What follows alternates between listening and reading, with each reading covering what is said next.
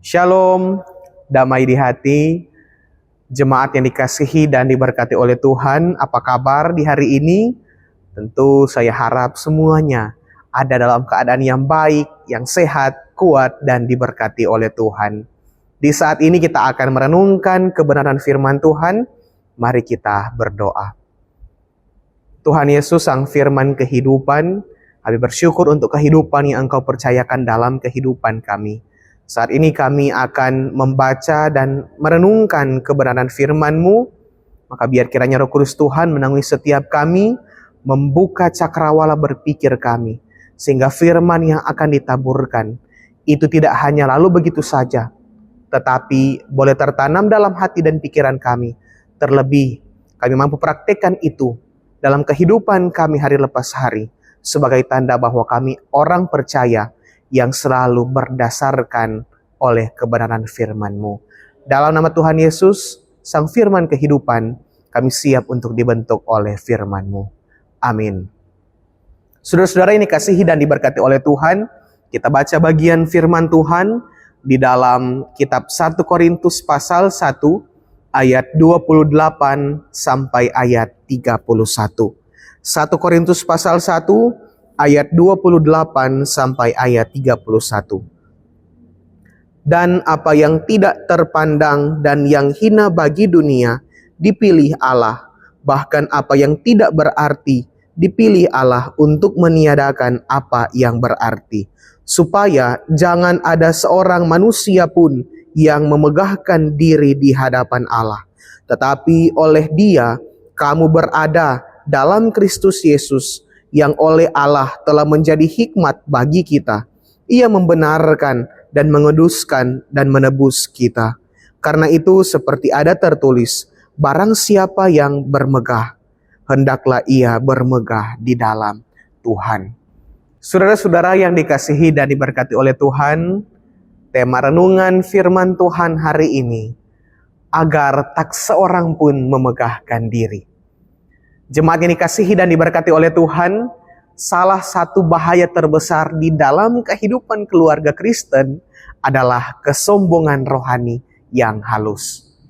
Merasa diri lebih besar, lebih diberkati, atau lebih saleh dari orang lain.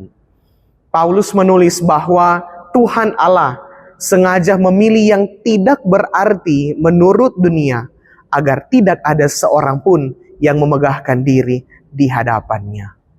Semua yang kita miliki, baik rohani maupun jasmani, adalah pemberian. Bahkan hikmat, kebenaran, kekudusan, dan penebusan, semuanya datang dari Tuhan Allah di dalam Kristus Yesus. Maka, jika ada yang bisa kita banggakan, hendaklah kita memegahkan diri di dalam Dia. Itu berarti di dalam keluarga kita pun, kita harus belajar tentang rendah hati. Tidak memandang rendah antara suami dan istri. Tidak merasa lebih baik dari kakak beradik. Tapi harus terus mengingat bahwa kita hanyalah alat dan Tuhan Allah yang layak dimuliakan. Seringkali tanpa sadar kita merasa lebih baik karena kita memiliki latar belakang pelayanan atau pencapaian yang begitu luar biasa. Tetapi firman Tuhan di hari ini menjadi peringatan untuk mendidik anak-anak dalam kerendahan hati. Biarlah anak-anak belajar bahwa keberhasilan sejati bukanlah menjadi terkenal di mata manusia, tetapi bagaimana menjadi berkenan di mata Tuhan Allah.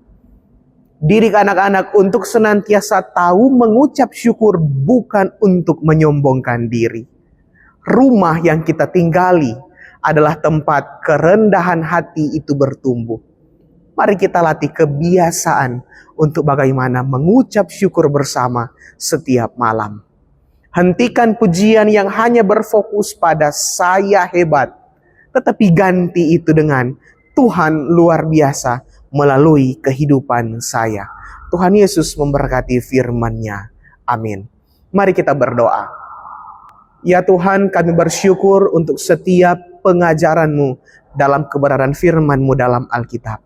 Kami semua dibentuk, diajarkan untuk bagaimana kami tidak memegahkan diri, karena kami sadar bahwa kami adalah ciptaan Tuhan yang selalu melakukan apa yang menjadi kehendak-Mu dalam hidup, pekerjaan, dan pelayanan kami. Mampukan kami untuk senantiasa hidup dalam kasih-Mu, sehingga kami senantiasa mengerti apa yang harus kami kerjakan yang berlandaskan dengan kebenaran firman-Mu dalam Alkitab. Terima kasih Tuhan, dalam nama Tuhan Yesus kami berdoa. Amin.